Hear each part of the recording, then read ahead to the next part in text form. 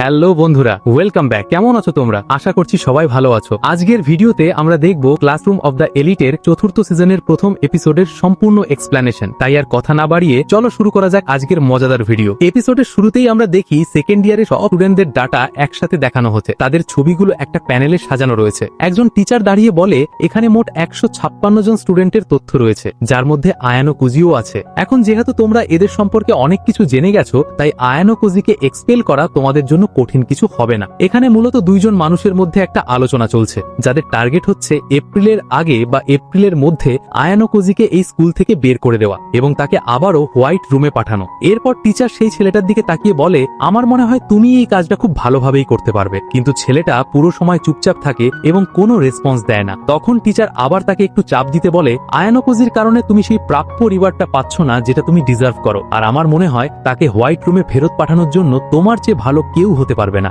এই কথাগুলো শুনে ছেলেটা ওখান থেকে চলে যেতে শুরু করে। তখন টিচার তাকে থামিয়ে শেষবারের মতো জিজ্ঞেস করে, একটা কথা, তুমি কি আমার কাছ থেকে কিছু লুকাচ্ছ? ছেলেটা একটু থামে, কিন্তু কোনো উত্তর না দিয়েই সেখান থেকে চলে যায়। এরপর আমরা আবার সেই বয়স্ক লোকটাকে দেখি যে অনেক দিন ধরে এই মোমেন্টটার অপেক্ষা করছিল। সে বলে, অবশেষে সেই সময় এসে গেছে যার জন্য আমি এতদিন অপেক্ষা করছিলাম। হোয়াইট রুম স্টুডেন্টদের মধ্যে যুদ্ধ শুরু হতে যাচ্ছে, একদম সার্ভাইভাল গেমের মতো, যেখানে হয় তুমি শিকার করবে, না হলে নিজেই শিকার হয়ে যাবে। এরপর দৃশ্য পরিবর্তন হয়ে আমাদের টোকিও কৌদো ইকুজি সিনিয়র হাই স্কুল দেখানো হয়, যেখানে ক্লাসের ভিতরে আয়ানো কুজি চুপচাপ বসেছিল। তখন মিয়াকি এসে বলে, আয়ানো কুজি, তোমার কি হয়েছে? তুমি ইদানিং ক্লাসে আসছে না কেন? আর তোমাকে দেখে আমার অনেক চিন্তা হচ্ছে। উত্তরে আয়ানো কুজি বলে, আমি দুঃখিত, কিন্তু আমি ইদানিং ধরে একটু ব্যস্ত, তাই ঠিকভাবে সময় দিতে পারছি না। মিয়াকি বলে, ও এই ব্যাপার, কিন্তু আমার মনে হচ্ছে হারুকা আর আইরি তোমাকে নিয়ে একটু বেশি চিন্তা করছে। এটা দেখে আয়ানো কুজি তাদের দিকে তাকিয়ে শুধু হাত নাড়িয়ে জানায় সব ঠিক আছে, আর তার জন্য চিন্তা করতে হবে না। মিয়াকি বলে, সবকিছু ঠিক থাকলে ভালোই, কিন্তু তোমাকে ছাড়া আমি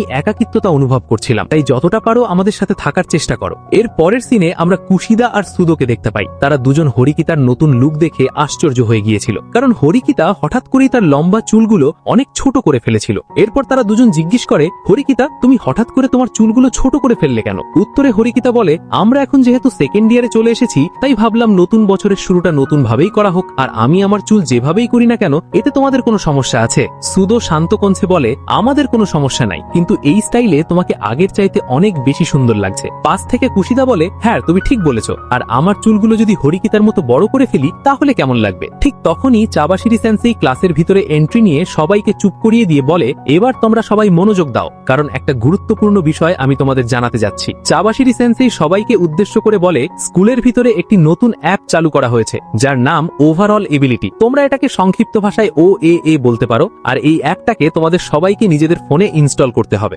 এই কথা শুনে ক্লাসের সবাই আশ্চর্য হয়ে যায় এবং নিজেদের মধ্যে কথা বলতে থাকে, এটা কি ধরনের কিছুই তো বুঝতে পারছি না। তখন চাবাশিরি সেন্সেই ব্যাখ্যা করে বলে, এই অ্যাপটি ক্লাস A থেকে শুরু করে E পর্যন্ত যতগুলো স্টুডেন্ট রয়েছে তাদের সবাইকে নিয়ে তৈরি করা হয়েছে। মানে এই অ্যাপটার ভিতরে তোমাদের সমস্ত গ্রেড থেকে শুরু করে ডাটা পর্যন্ত সবকিছুই রয়েছে। এই কথা শুনে একজন স্টুডেন্ট বলে, ম্যাডাম, এটা তো ভিডিও গেমের মতো লাগছে, আর এখানে আসলে কি হচ্ছে আমি তো কিছুই বুঝতে পারছি না। উত্তরে চাবাশিরি সেন্সেই বলে, প্রথম বছর থেকে শুরু করে শেষ বছর পর্যন্ত তোমাদের গ্রেডের উপর নির্ভর করে এই পার্সোনাল রেকর্ডটা তৈরি করা হয়েছে, আর এই অ্যাপটার মাধ্যমে স্কুলের যতগুলো স্টুডেন্ট রয়েছে তাদের সবগুলো রেকর্ডও দেখতে পারবে। তখন সুদু বলে, চাবাশিরি সেন্সেই, আমার একাডেমিক পারফরমেন্স খুব কম, আমি E গ্রেডে আছি, কিন্তু এটা কিভাবে সম্ভব? চাবাশিরি সেন্সেই আশ্বস্ত কণ্ঠে বলে, চিন্তা করো না, তোমাদের পারফরমেন্সের উপর নির্ভর করে প্রতি মাসে স্কোর আপডেট করা হবে, আর তোমাদের প্রথম বছরের কোনো ধরনের রেকর্ড এখানে যুক্ত করা হয়নি। মানে এটা সম্পূর্ণভাবে তোমাদের জন্য একটা নতুন শুরু। ম্যাডামের এই কথাগুলো ক্লাসের সবাই খুব মনোযোগ দিয়ে শুনছিল, আর আয়ানো কুজি মনে মনে বলে,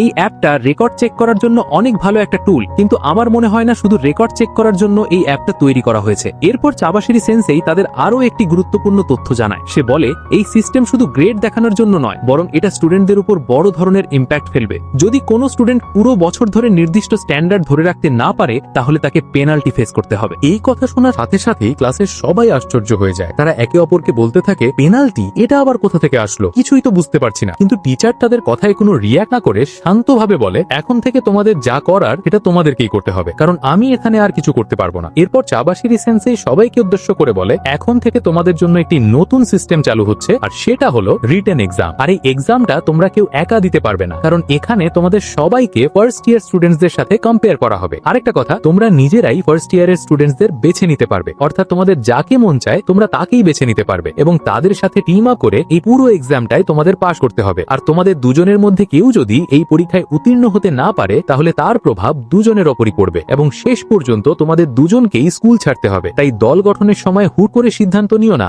ভালোভাবে বিচার বিশ্লেষণ করে সঙ্গী বেছে নাও, নইলে এতদিনের পরিশ্রম এক মুহূর্তেই নষ্ট হয়ে যেতে পারে। এই কথা শুনে মেয়েটি আশ্চর্য হয়ে ভাবতে থাকে, এটা কি ধরনের নিয়ম, এভাবে তো আগে কখনো হয়নি, আর আমরা কিভাবে ফার্স্ট ইয়ার স্টুডেন্টসদের সাথে এক্সাম দিতে পারবো? উত্তরে চাবাশিরি সেন্সেই বলে, এই নিয়মটা আসলে তোমাদের উপকারের জন্য করা হয়েছে। মানে ভবিষ্যতে এমন না যে সবসময় তোমাদের আশেপাশে হাই লেভেল স্টুডেন্ট থাকবে, অনেক সময় লো লেভেল বা ফার্স্ট গ্রেডের স্টুডেন্টসদের সাথেও কাজ করতে হতে পারে। তাই এই সিস্টেম তোমাদের ওভারঅল একাডেমিক স্কেল উন্নত করার জন্য তৈরি করা হয়েছে। চাবাশিরি সেন্সেই আরও বলে, এখন থেকে 2 সপ্তাহ পরে তোমাদের পরীক্ষা অনুষ্ঠিত হতে চলেছে। এই 2 সপ্তাহের মধ্যে তোমাদের সবাইকে নিজেদের সঙ্গী বেছে নিতে হবে, যাদের মাধ্যমে তোমরা সবাই রিটেন এক্সামটা পরিপূর্ণ করবে। আর পরীক্ষায় মোট 500 পয়েন্ট সহ 5টি বিষয় কভার করা হবে। এই কথাগুলো শুনে হরিকিতা বলে, আমার মনে হচ্ছে এই পরীক্ষার মাধ্যমে বড় কিছুর ইঙ্গিত দিচ্ছে, কারণ আগে যতগুলো পরীক্ষা হয়েছিল সেখানে কোনো সময় অ্যাপের মাধ্যমে পরীক্ষা হয়নি, এই সর্বপ্রথম অ্যাপের মাধ্যমে পরীক্ষা নেওয়া হচ্ছে। এরপর চাবাশিরি সেন্সেই বলে, 500 পয়েন্টের মধ্যে তোমরা 2টা জিনিসের উপর প্রতিদ্বন্দ্বিতা করবে,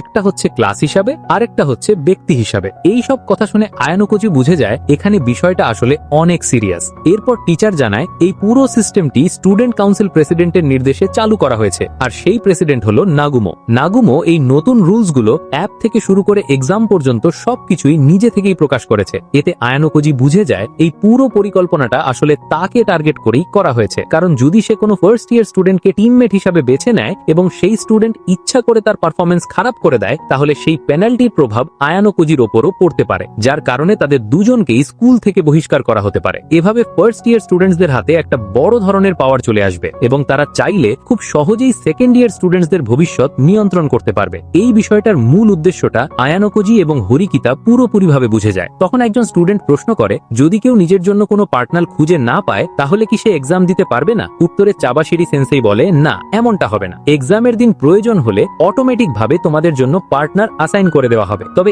এর জন্য তোমাদের স্কোর থেকে অতিরিক্ত 5% পেনাল্টি কাটা হবে। এই কথা শুনে সুদো অনেকটা ভয় পেয়ে যায়। সে ভাবতে থাকে এখানে পরিস্থিতি আসলে খুবই জটিল হয়ে যাচ্ছে, কারণ অন্যরা কোনো না কোনো ভাবে পার্টনার খুঁজে নিতে পারবে, কিন্তু তার কি হবে? এরপর ক্লাসের সবাই একে অপরের সাথে আলোচনা করতে থাকে যে এখন কি করা উচিত, কিভাবে পার্টনার খুঁজে পাওয়া যাবে। তখন হরিকিতা শান্ত কণ্ঠে বলে, তোমরা এত টেনশন নিও না, আমরা সবাই মিলে কাজ করব এবং সহজেই পার্টনার খুঁজে বের করতে পারবো। তবে এখানে একটা গুরুত্বপূর্ণ স্ট্র্যাটেজি ফলো করতে হবে। যে স্টুডেন্টের র্যাঙ্ক সবচেয়ে কম তাকে বিবেচনা করে তার সাথে এমন পার্টনার ম্যাচ করতে হবে যার র্যাঙ্ক তার থেকে বেশি। এটা শুনে হিরাতা বলে, তুমি ঠিক বলেছো, আর আমরা সবাই যদি একসাথে মিলে কাজ করি তাহলে কোনো বাধা ছাড়াই এই পরীক্ষায় উত্তীর্ণ হতে পারবো। অন্যদিকে আয়ানোকোজি পুরো পরিস্থিতিটা খুব মনোযোগ দিয়ে পর্যবেক্ষণ করছিল, কারণ যদি ভুলবশত হোয়াইট রুমের কোনো স্টুডেন্ট আয়ানোকোজির সাথে টিম আপ করে তাহলে সে খুব সহজেই তাকে স্কুল থেকে বের করতে পারবে। এরপর দৃশ্য পরিবর্তন হয়ে আমরা আয়ানোকোজি এবং হরিকিতাকে একসাথে দেখতে পাই। হরিকিতা আয়ানোকোজিকে বলে, তোমার কি মনে আছে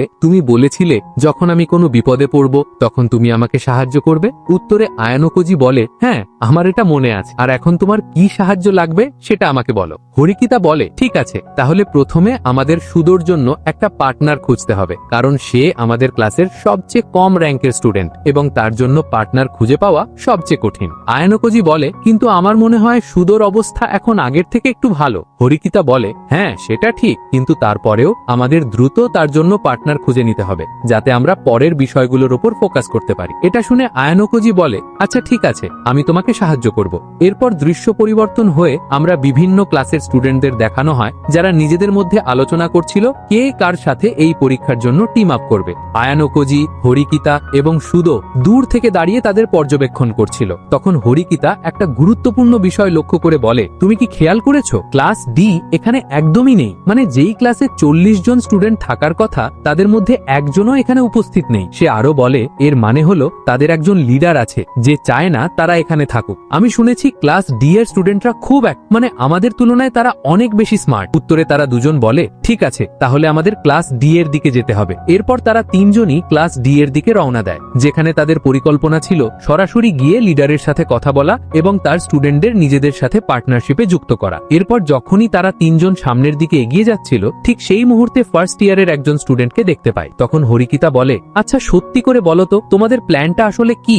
উত্তরে ছেলেটা বলে, আমি কেন তোমাদের তোমাদের বলবো, যা হবে আমাদের রাজকুমারী সিদ্ধান্ত নেবে, তাই তোমাদের এই বিষয় নিয়ে চিন্তা করার কোনো দরকার নাই। হরিকিতা বলে, ও এই ব্যাপার, কিন্তু আমাকে বলো তো তোমরা কিভাবে সেরা ছাত্রদের তোমাদের পাশে আনার পরিকল্পনা করছো? ছেলেটি বলে, এখানে আমাদের কোনো হাত নেই, আমাদের রাজকুমারী যেটা বলছেন আমরা সেটাই করছি। হরিকিতা বলে, আমার এটা বিশ্বাস হয় না, কারণ তোমাদের ক্লাসের একজন স্টুডেন্টকেও আমি সেখানে দেখতে পাইনি, আর আমার মনে হচ্ছে তোমাদের ক্লাসের লিডার এই সম্পর্কে নিশ্চয়ই কোনো বড় একটা প্ল্যান করছে। উত্তরে ছেলেটা বলে, আমার কাছে এসবের কোনো উত্তর নেই, যদি তোমার এতই আমাদের লিডারের ওপর আগ্রহ থাকে তাহলে তুমি তার সাথে কথা বলতে পারো। এই কথা বলেই সে আস্তে আস্তে করে সেখান থেকে চলে যায়। এরপর দৃশ্য পরিবর্তন হলে আমরা আবার তাদের তিনজনকে দেখতে পাই যারা ইতিমধ্যেই ক্লাস ডি তে চলে এসেছে, কিন্তু তাদের সামনে হঠাৎ করেই আমাদের সবচেয়ে জনপ্রিয় ক্যারেক্টার রুয়েন কাকারু চলে আসে। রুয়েন তাদের দিকে তাকিয়ে বলে, ও তোমরা এসে গেছো, কিন্তু আমার মনে হচ্ছে তোমরা একটু বেশি দেরি করে ফেলেছো। উত্তরে হরিকিতা বলে, তুমি এখানে কি করছো, আর তোমার কি মনে হয় তুমি এরকম ইমপ্রেশন দেখিয়ে ক্লাস ডি এর স্টুডেন্টদের ভয় দেখাতে পারবে? রুয়েন বলে, তোমরা কি পাগল হয়ে গেছো?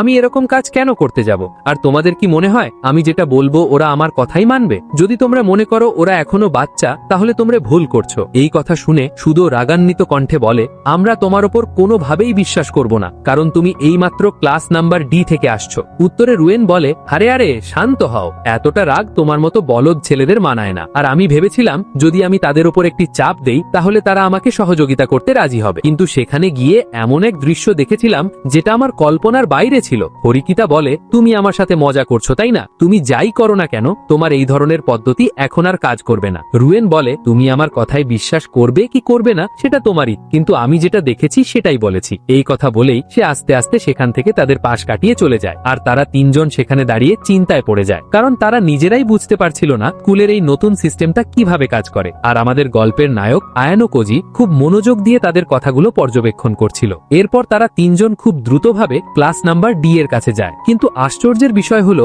ওই ক্লাসের ভিতরে একটা স্টুডেন্টও ছিল না। এটা দেখে হরিকিতা বলে, এরা সবাই কোথায় গেল? আমি যতটা ভেবেছিলাম তার থেকেও তারা অনেক বেশি স্মার্ট। এরপর সিন পরিবর্তন হয়ে আমাদের সবাইকে আবার ক্লাসরুমের দৃশ্য দেখানো হয়। তখন আয়ানো কোজি মনে মনে বলে, আমার মনে হয় না আমি কোনো পার্টনার পাবো যে কিনা আমার সাথে এই পরীক্ষায় সহযোগিতা করবে, কিন্তু আজকে সকাল পর্যন্ত যেটা নিউজ পেয়েছি সেই অনুযায়ী 22 জন প্লেয়ার ইতিমধ্যেই পার্টনার হয়ে গেছে, তাই আমাকে এমন একজন পার্টনার খুঁজতে হবে যে কিনা হোয়াইট রুমের সম্পর্কে কিছুই জানে না এবং আমাকে সাহায্য করার জন্য নিজের সর্বোচ্চটা দিয়ে চেষ্টা করবে। ঠিক তখনই একটা ছেলে হাঁপাতে হাঁপাতে বলে, ফার্স্ট ইয়ার থেকে 2 জন স্টুডেন্ট আমাদের ক্লাসের দিকেই আসছে। আর তখনই আমাদের 2 জনকে দেখানো হয় যারা খুবই মাস্টারমাইন্ডের। মেয়েটি বলে, আমার নাম হলো সুবাসা নানাসে, আমি ক্লাস নাম্বার 1 থেকে এসেছি। ছেলেটি অ্যাটিটিউড নিয়ে বলে, আমার নাম হলো কাজুওমি হোসেন, আমিও একই ক্লাস থেকে এসেছি। হরিকিতা বলে, আমি এটা দেখে আশ্চর্য হচ্ছি যে তোমরা সরাসরি সিনিয়রদের রুমে এসে পড়েছো, সত্যি তোমাদের সাহস দেখে আমি অনেক মুগ্ধ হয়েছি। হোসেন বলে, তুমি কি বলতে চাচ্ছ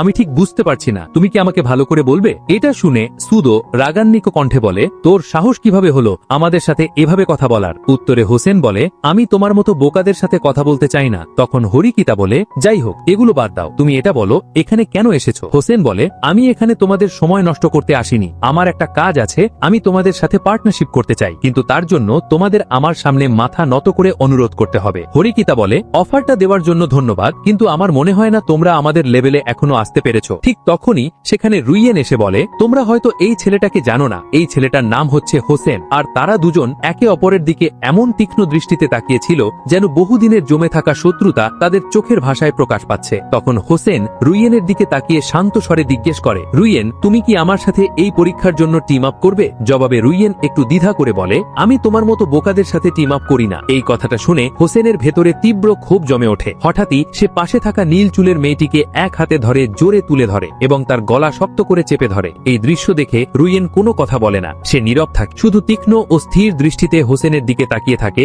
যেন পরিস্থিতিকে খুব মনোযোগ দিয়ে পর্যবেক্ষণ করছে। আর এখানেই শেষ হয়ে যায় 1 নম্বর এপিসোডের সম্পূর্ণ এক্সপ্লেনেশন। ভিডিওটি ভালো লেগে থাকলে অবশ্যই একটি লাইক দিও, বন্ধুদের সাথে শেয়ার করো, আর এমন দারুণ গল্প পেতে চ্যানেলটি সাবস্ক্রাইব করে বেল আইকনটি অন করে রাখো, যাতে পরবর্তী পর্ব একদমই মিস না করো।